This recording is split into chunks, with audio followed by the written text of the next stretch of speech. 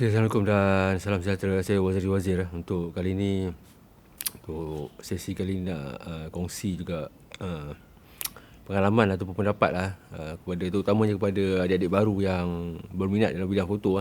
Kebanyakan orang yang profesional ni yang dah kerja dalam bidang ni, dia tak tengok dalam video-video ni kan, pasal dia busy dengan kerja, dia busy cari makan, busy cari duit dan macam-macam hal lain lagi lah. Dia tak ada masa nak spend masa 5 minit ke 10 minit tengok benda ni, pasal no point pun untuk diorang kan, diorang bekerja. Okey, saya nak berbalik, saya nak cakap tentang kamera hanyalah alat sahaja. Walaupun kamera hanyalah alat, ada setengah kamera tu lebih sesuai digunakan untuk satu-satu jenis tugasan lah. Macam untuk kerja press kan, press, fotojournalist kan, dia memerlukan kamera yang jenis macam ni lah. Bukanlah nak promote Sony ke, maksudnya kamera yang boleh tukar-tukar lens ni. Dia kadang-kadang dia perlu wide angle, dia perlu zoom, dia perlu tele macam nak shoot bola, sukan semua yang pakai kamera yang panjang-panjang compact tak sesuai, phone pun tak sesuai. Tapi ada setengah tugasan tu, kalau kita peka lah, biasa sesiapa dalam bidang ni, pakai phone pun dah boleh pakai lah.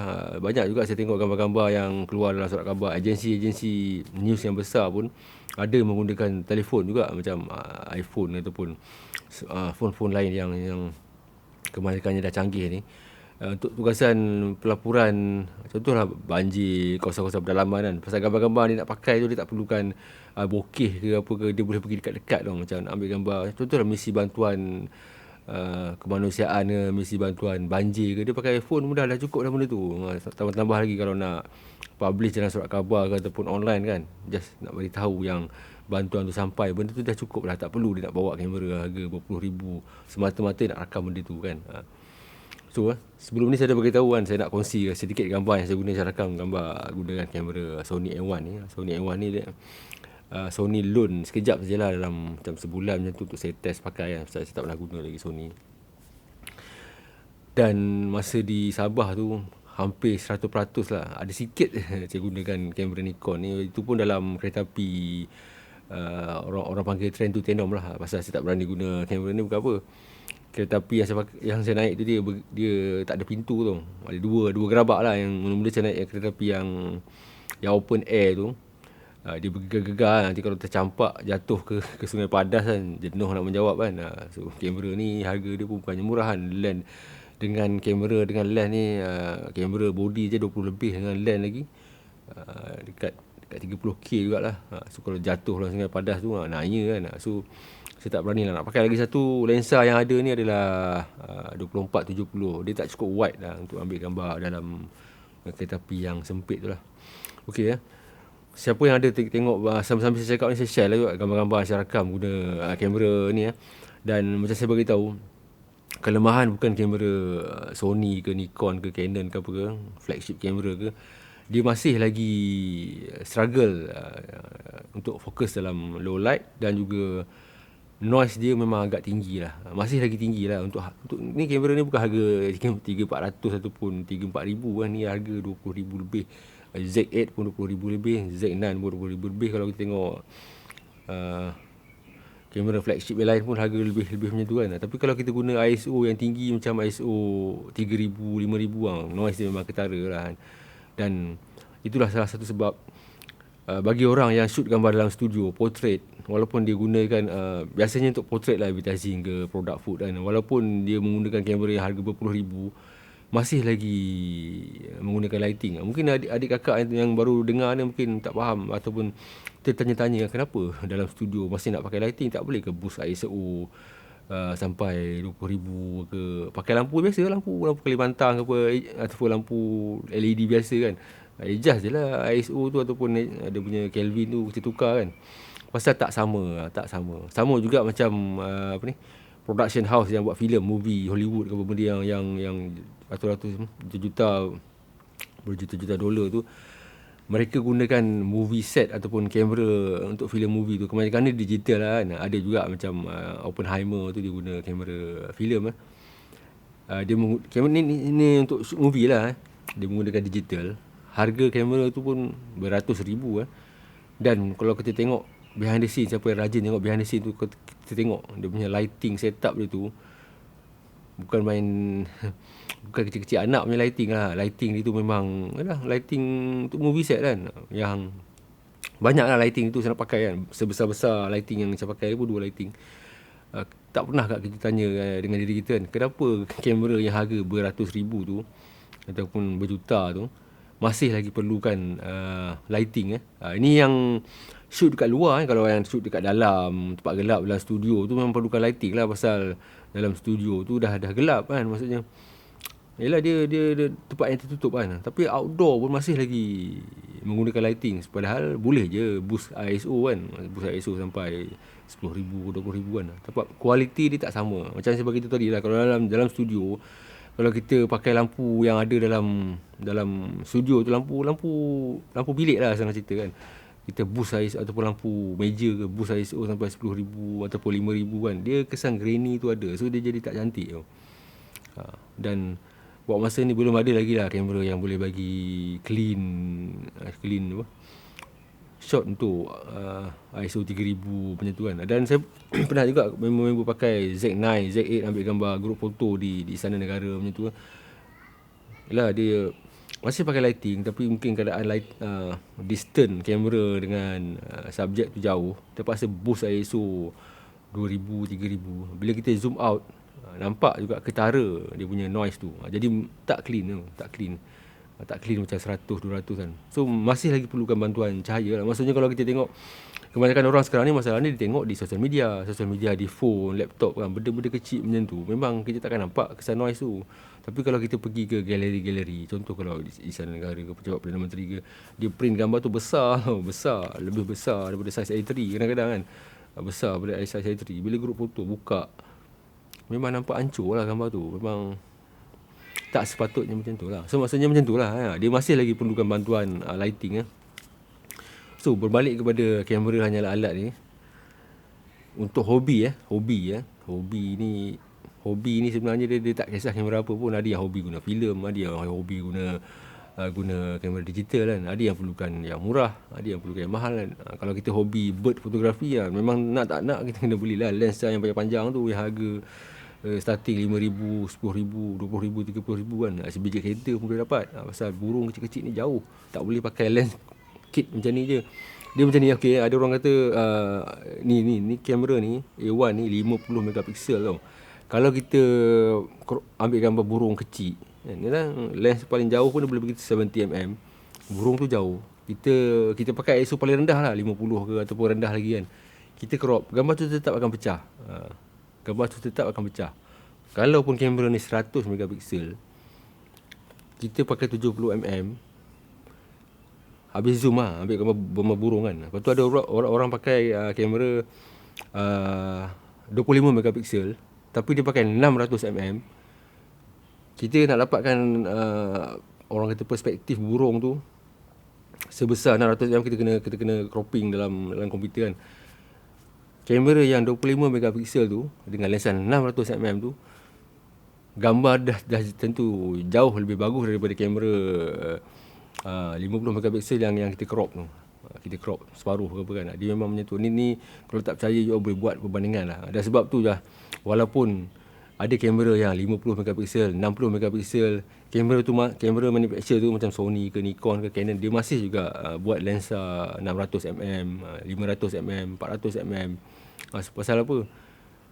Dia tak sama, maksudnya dia tak sama dengan kita ambil gambar tu kecil, lepas tu kita crop. Dia tak sama Contoh macam ni lah, kalau kita pergi safari ke kan, di Afrika ke mana-mana kan, orang kita pakai lensa 50mm macam ni, 50mm pula, 24-70 macam ni, Sony lah kan, Sony ke Nikon ke Canon ke, tak kisahlah apa benda kan. Lepas tu ada seorang lagi pakai kamera yang sama, dia punya zoom 600mm. Lepas tu kalau compare gambar, kita boleh crop kan. Kita kata pixel kita besar, kita boleh crop, memang gambar tu pecah. Senang cerita macam tu lah. Pasal tu lah masih lagi memerlukan benda macam tu. So berbalik kepada kamera hanya alat ni dia macam ni. Ada yang tanya saya, bang, ada juga yang tanya saya, walaupun saya buat konten banyak ni lah, orang bukan tengok video saya daripada mula sampai habis lah, ada setengah tu dia just search di YouTube kan. Dia tanya, kalau kamera tu crop crop body kan, ini full frame lah, crop body boleh ke shoot wedding? Memang boleh pun. Saya dulu dengan kawan-kawan lain guna D70S, ada yang guna D200, Boleh je shoot wedding. Sekarang ni pun ada yang juga guna kamera APS-C sensor yang kecil lah untuk shoot wedding. Tak ada masalah pun. Pasal gambar wedding ni paling besar pun kebanyakan orang pun dia bukan nak print besar pun. Mungkin 1-2 je lah untuk poster size kan. Kalau pun shoot gambar poster size tu, size poster kan, mungkin lebih A3 besar sikit kan. Biasanya gambar tu close up full body kan, ataupun half body kan. So gambar tu dia tak nampak pecah. Gambar dia macam ni, gambar Perdana Menteri pun ada gambar beberapa Perdana Menteri pernah dirakam menggunakan kamera digital yang bukan full frame. Okey, tak ada masalah pun kan. Bayangkanlah kalau gambar Perdana Menteri pun kita rakam guna bukan full frame, apa lagi gambar-gambar lain tu, tak ada masalah benda tu. Cuma dari segi kualiti tu kita kena jagalah, lighting apa semua benda tu. So benda dia tak ada masalah benda tu. Dan ikut keperluan macam contohlah kamera ni Sony A1 ni harga dia body sahaja lebih 20k tak termasuk lens. Kalau masuk lens mungkin 30k kan. Boleh ke kita beli guna untuk wedding? Memang boleh, tapi kena tanya balik diri kita, package yang kita tawarkan tu berapa. Kalau package kita starting daripada 800, paling mahal pun mungkin 2000 kan. Macam tak berbaloi lah. Baik kita beli kamera yang murah sikit lah, 3000, 5000 pun dah boleh lah benda tu. Pasal bukan saja wedding lah, business foto ni dia ada pelbagai permintaan ada yang sport, wedding pula ada macam-macam klien.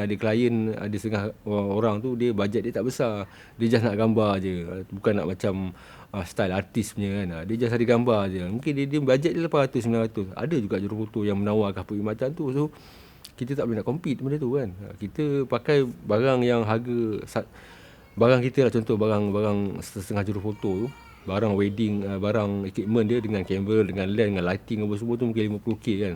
Mungkin dia tak sanggup lah kalau dia nak ambil job 1000, 2000 ataupun 800 kan untuk satu hari punya event, ataupun 2000 lah untuk satu event. Macam tak berbaloi lah untuk dia kan.